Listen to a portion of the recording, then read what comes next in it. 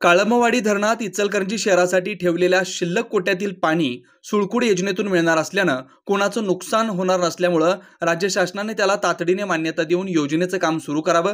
त्याचबरोबर यंत्रमाग उद्योगासाठी जाहीर केलेल्या सर्वच सवलती यंत्रमाग कामगारांसाठी स्वतंत्र कल्याणकारी मंडळाच्या निर्णयाची तातडीने अंमलबजावणी करावी अशी मागणी आमदार प्रकाश आवाडे यांनी मंगळवारी हिवाळी अधिवेशनात मांडली।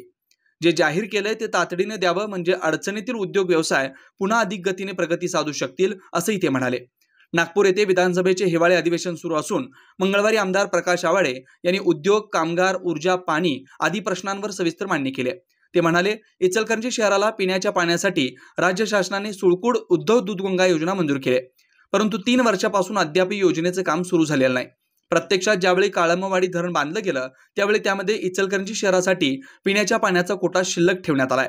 त्या शिल्लक कोट्यातून आम्ही पाणी मागतोय, पण सध्या या योजनेवरून स्पर्धा सुरू झाली असून काही जण पाणी द्या म्हणतात तर काही जण त्याला विरोध करतात।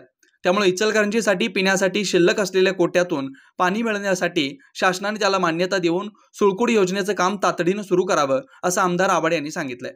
त्याचबरोबर देशात केवळ महाराष्ट्रात जवळपास 50% यंत्रमाग आहेत।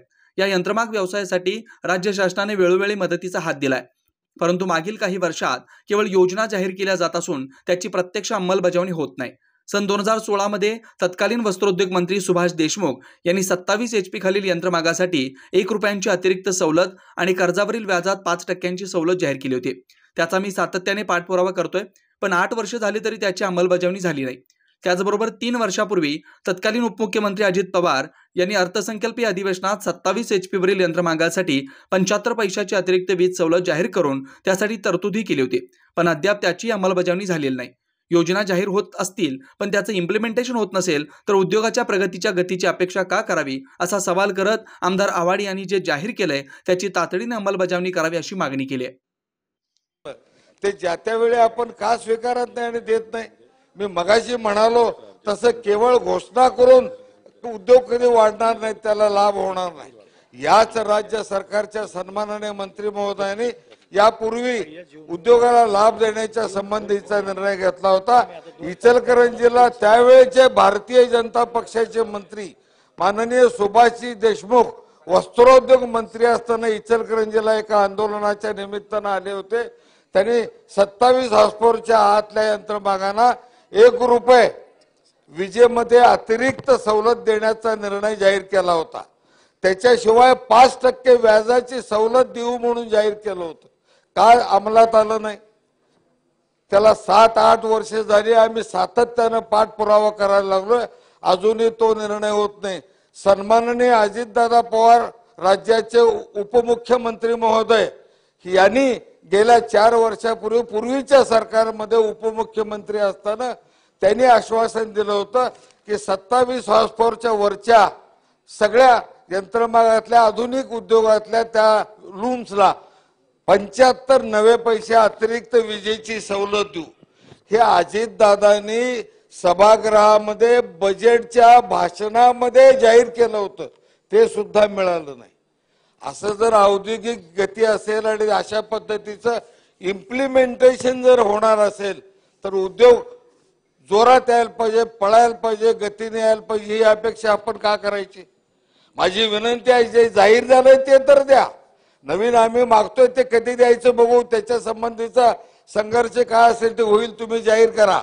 पण जे मागतोय आम्ही, जे जाहीर झालं 5% सुभाषराव देशमुख साहेब वस्त्रोद्योग मंत्री असताना जाहीर केलेली ती व्याजाची सवलत, 1 रुपयाची विजेची साध्या लूमसाठी 27 हॉर्सपॉवरच्या आतली सवलत, 27 हॉर्सपॉवरच्या वरची अजितदादांनी स्वतः सभागृहामध्ये बजेटच्या भाषणात जाहीर केलेली सवलत, या सगळ्या सवलती मिळायला पाहिजेत। साहेब, कामगारांचा विषय आहे। कामगारांचा सन्माननीय मुख्यमंत्री महोदय रिक्षा या उद्योगापासून ते चालवण्यापासून ते आज राज्याचे सन्माननीय मुख्यमंत्री पदापर्यंत आले। त्या रिक्षा चालकांचं, मालकांचं, त्यांचं कल्याणकारी मंडळ खडेसाहेब रिक्षा चालक मालक यांचं कल्याणकारी मंडळाचा विषय पेंडिंग आहे। मदने कमिटीचा विषय राज्य सरकारनं बाजूला ठेवला आहे। नवीन काहीतरी एक निर्णय घेऊया म्हणून या रिक्षा चालक मालकांच्यासाठी नवीन कल्याणकारी योजना आणतो अशा पद्धतीची भूमिका घेऊन ते पुढे चाललंय.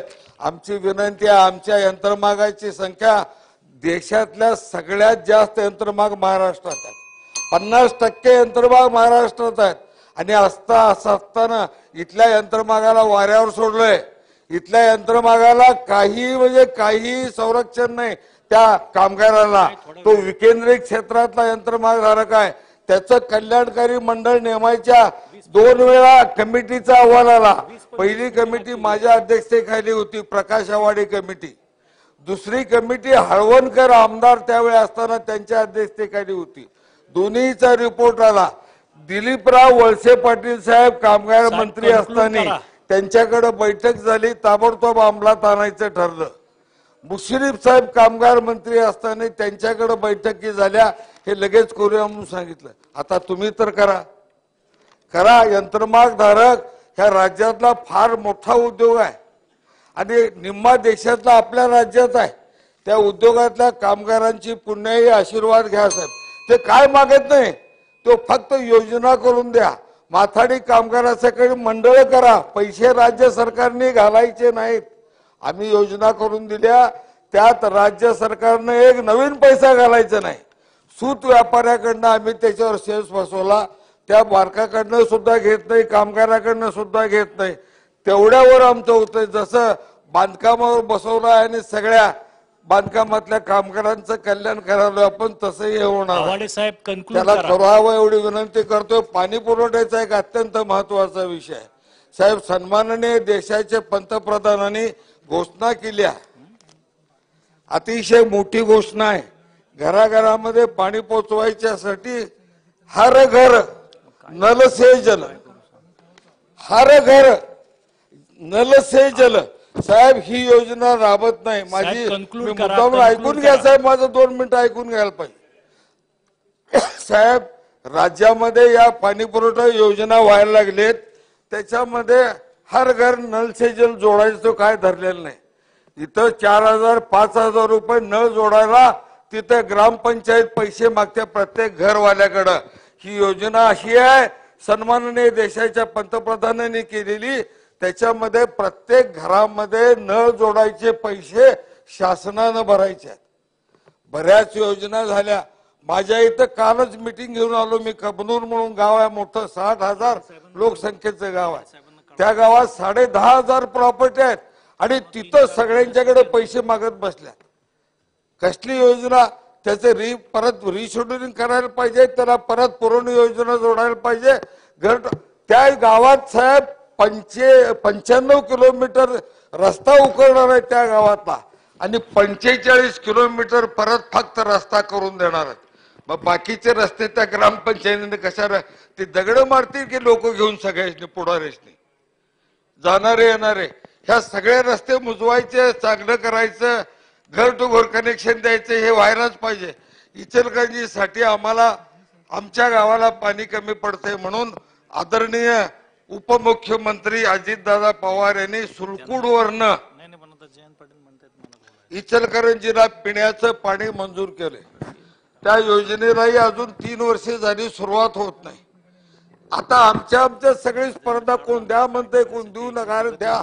ते धरण बांधलं काळामवाडी साहेब, आता कन्क्लूड त्यावेळी धरण बांधलं त्यावेळी पाण्याचा कोटा शिल्लक आहे. त्या पाण्याच्या शिल्लक कोट्यातलं पिण्याचं पाणी आम्ही मागतोय. ते धरण बांधलं त्यावेळी पाणी शिल्लक होतं, धरणातलं पिण्याला पाणी ठेवलेलं पाणी आम्ही मागतोय, तरी आम्हाला मिळत नाही. त्यालाही ताबडतोब त्याला मान्यता देऊन काम सुरू व्हावं एवढी विनंती करतोय. साहेब खूप बोलता येत आहे, बोलायचंही आहे. सरकार आमचं आहे, त्यामुळं आम्ही सगळे मिळून लवकर करूया एवढीच अपेक्षा करतोय. आणि सन्माननीय देशाच्या पंतप्रधानांनी जे व्हिजन ठेवलंय, मुख्यमंत्री महोदयाने, दोन्ही उपमुख्यमंत्री अधिकाऱ्यांनी थोडं सकारात्मक व्हायला पाहिजे, होय म्हणायला शिकायला पाहिजे. प्रगती आपोआप होते.